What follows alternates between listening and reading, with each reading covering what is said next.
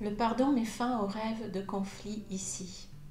Bonjour et bienvenue sur ma chaîne pour cette troisième vidéo consacrée au pardon véritable.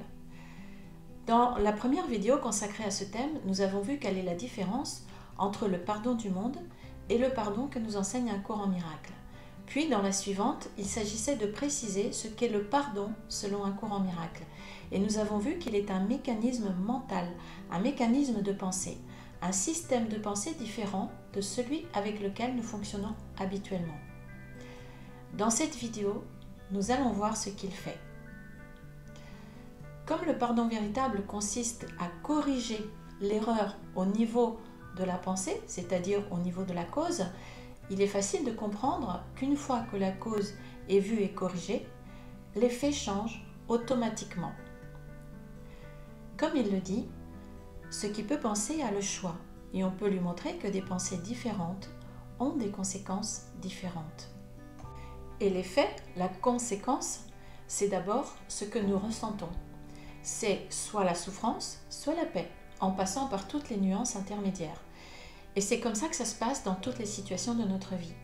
Des pensées et des croyances erronées provoquent des sentiments négatifs et de la souffrance. Des pensées d'amour et de paix ne peuvent qu'apporter l'amour et la paix. Mais encore faut-il savoir ce que sont des pensées d'amour et de paix.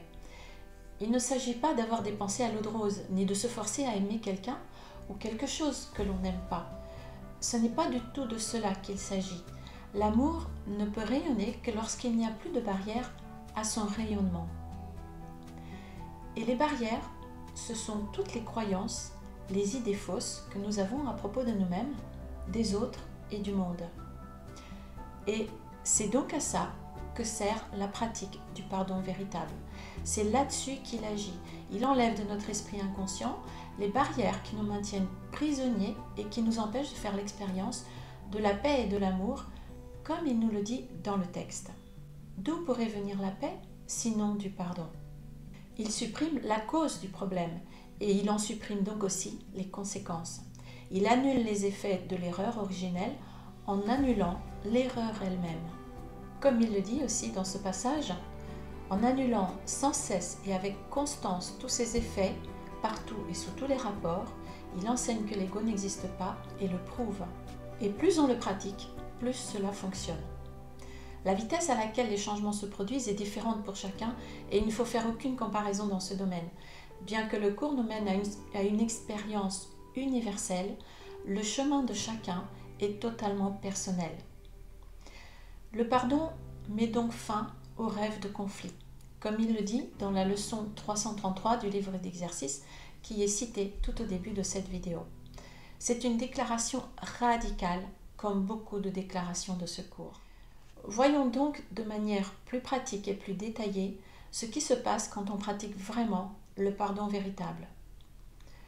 Dans la dernière vidéo, nous avons vu que le pardon est la guérison de la perception de séparation. Le pardon guérit donc notre perception. La pratique de cet entraînement produit un renversement de notre système de pensée. Alors, notre perception aussi se modifie et nous passons progressivement de la perception fausse, qui est la peur et la souffrance, les jugements, les doutes, la culpabilité, à la perception vraie, qui est la paix et l'amour. Nous faisons donc des miracles, puisqu'un miracle est un changement de perception. Et ça, c'est le résultat de la pratique du pardon. Et comme nous l'avons vu dans une vidéo précédente aussi, le miracle nous fait gagner beaucoup de temps sur le chemin de l'éveil et de la libération de la souffrance, puisqu'un cours en miracle nous dit que le miracle se substitue à un apprentissage qui aurait pu prendre des milliers d'années. Le miracle étant le résultat de la pratique du pardon, le pardon nous fait donc gagner des milliers d'années. Et le pardon ne guérit pas seulement notre propre esprit, mais il agit également dans l'esprit des personnes à qui nous pardonnons, puisque c'est avec nos relations que nous avons le plus d'occasion de pratiquer le pardon. Mais bien sûr, ce n'est pas à nous de chercher à contrôler ce qui se passe dans l'esprit des autres. Nous devons les laisser vivre leur vie et suivre leur chemin de la manière qu'ils l'entendent. Et comment et quand le pardon agira pour eux, ça ne nous concerne pas. C'est leur affaire, pas la nôtre. Mais comme nous sommes un seul esprit, rêvant qu'il est multiple, ce qui se passe dans notre esprit individuellement a forcément un impact sur les autres esprits, puisque le pardon en nous, individuellement, passe par l'esprit du Christ, qui est un et qui est connecté à tous les autres esprits, puisque nous sommes le même. Le pardon a donc un impact certain sur ceux à qui nous pardonnons, et il est bénéfique pour nous et pour eux. Donc il abrège les souffrances de toutes les personnes concernées, comme il est dit dans ce passage d'un cours en miracle. Il faut comprendre toutefois que chaque fois que tu offres un miracle à un autre, tu abrèges votre souffrance à tous les deux. Cette correction s'exerce à la fois rétroactivement et progressivement. Et plus nous serons nombreux à pratiquer ce type de pardon, plus nous allons accélérer la guérison du monde, même si les apparences semblent nous montrer le contraire. Il ne faut pas se fier aux apparences lorsqu'on suit cet enseignement, puisque les apparences, c'est l'illusion. Comme Jésus nous le dit dans cette section du cours, si un nombre suffisant développe un véritable esprit de miracle, ce processus de réduction peut être quasiment incommensurable. Le pardon fait cela parce qu'il renverse complètement notre système de pensée, ce qui entraîne la guérison de notre esprit inconscient, ce qui aura un impact sur notre esprit conscient et sur toute notre vie. Il nous fait passer de la croyance en la séparation à l'expérience de l'unité avec Dieu et avec tous les êtres qui semblent être séparés de nous. Dans la leçon 336, il nous dit que la connaissance est rétablie une fois que la perception est d'abord changée, puis fait place entièrement à ce qui reste à jamais au-delà de sa plus haute portée. Le pardon balaye les distorsions et ouvre à la vérité l'autel caché. Le pardon enlève, au fur et à mesure qu'on le pratique, les blocages qui sont dans notre esprit et dont nous n'avons pas conscience. Nous les avons oubliés. En d'autres mots, il défait les parties de l'illusion qui correspondent aux problèmes qui sont pardonnés, guérissant ainsi les parties de notre esprit qui sont concernées par ce type de problème. Et donc, il nous libère peu à peu de l'illusion tout entière. Plus nous le pratiquons et plus il fonctionne, et plus nous en voyons les résultats dans notre vie. Les premiers résultats, qui sont aussi les plus importants, c'est la paix qui en découle quand on le pratique, car il remplace la souffrance par la paix. Et pas seulement. Que pourrais-tu vouloir que le pardon ne puisse donner? Veux-tu la paix? Le pardon l'offre. Veux-tu le bonheur? Un esprit tranquille, une certitude quant au but et un sentiment de valeur et de beauté qui transcende le monde? Veux-tu sollicitude et sécurité et la chaleur d'une protection sûre pour toujours? Veux-tu une quiétude qui ne peut être dérangée, une douceur qui ne peut jamais être blessée, un bien-être profond et durable, et un repos si parfait qu'il ne peut jamais être contrarié? Tout cela et plus le pardon te l'offre.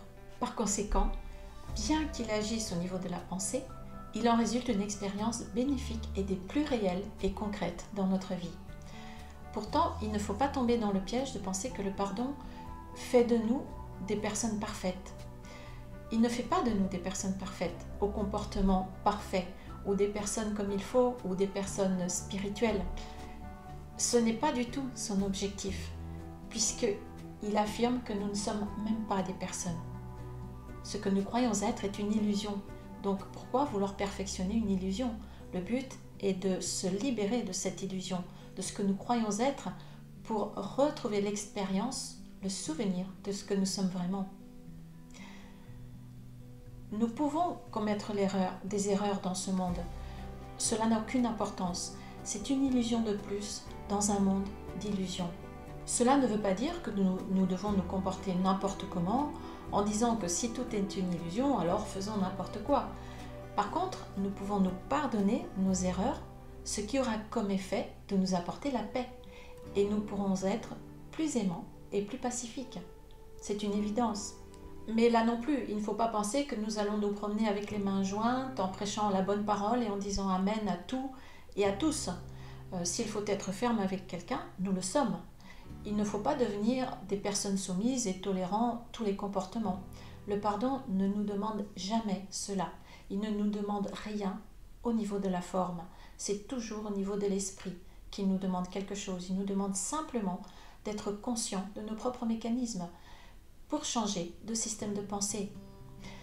Mais la différence, c'est qu'en le pratiquant, nous sommes de plus en plus conscients de ce qui se passe en nous et nous recevons de plus en plus l'inspiration pour agir et parler de la meilleure façon pour tous, y compris et d'abord pour nous-mêmes.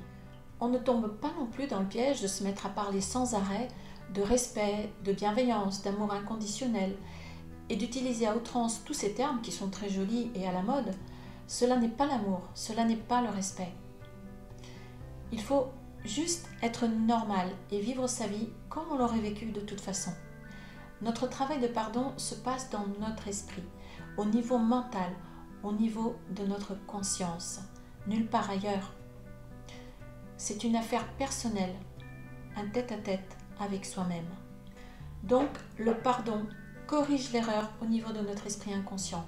Il efface les illusions, il transcende le temps et l'espace. Il renverse toutes les lois du monde.